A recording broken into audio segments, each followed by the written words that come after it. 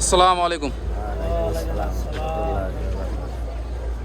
আপনারা আগামী জাতীয় সংসদ নির্বাচনে এদেশে কোন দল ক্ষমতায় দেখতে চান? জামাত ইসলামীর 10টি জোট, অপরদিকে আছে বিএনপি আর অপরদিকে চরমনাই। এই তিন দলের মধ্যে আপনারা এদেশে কোন দলকে আপনারা ক্ষমতায় দেখতে চান? আপনি চাচ্ছেন আগামী জাতীয় সংসদ নির্বাচনে যেন জামাত সরকার গঠন করে। আপনি চাচা কোন দলকে চাচ্ছেন এই দেশে? আপনিও চাচ্ছেন যে এই দেশে যেন জামাত সরকার গঠন করে। ভাই, আপনি কোন দল চাচ্ছেন? আমিও জামাতই পছন্দ করি। আপনারা সবাই চাচ্ছেন এই দেশে জামাত সরকার গঠন করুক। কেন আপনারা চাচ্ছেন যে জামাত এই দেশে সরকার গঠন করুক?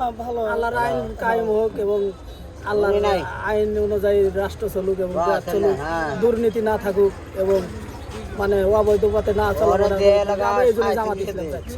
আপনারা চাচ্ছেন যে মানে সমাজ যেন পরিবর্তন হয় এবং ন্যায় এবং ইনসাফ মতে যেন রাষ্ট্র বিনির্মাণ হয়।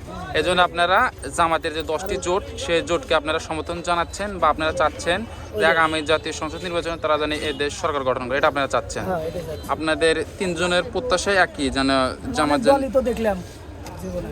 আপনারা বলতেছেন যে অনেক দল দেখছেন, এবার আপনারা একটা নতুন দল দেখতে চাচ্ছেন। দেখতে চাচ্ছি আমরা। স্বাধীনতা 54 বছর পেরিয়ে ইতিমধ্যে এসে আমরা উপস্থিত হয়েছি, কিন্তু মানুষের ভাগ্যর পরিবর্তন হয় না। এই জন্য আপনারা বলতেছেন যে এদেশে যেন জামাত যেন সরকার গঠন করে। ধন্যবাদ আপনাদেরকে।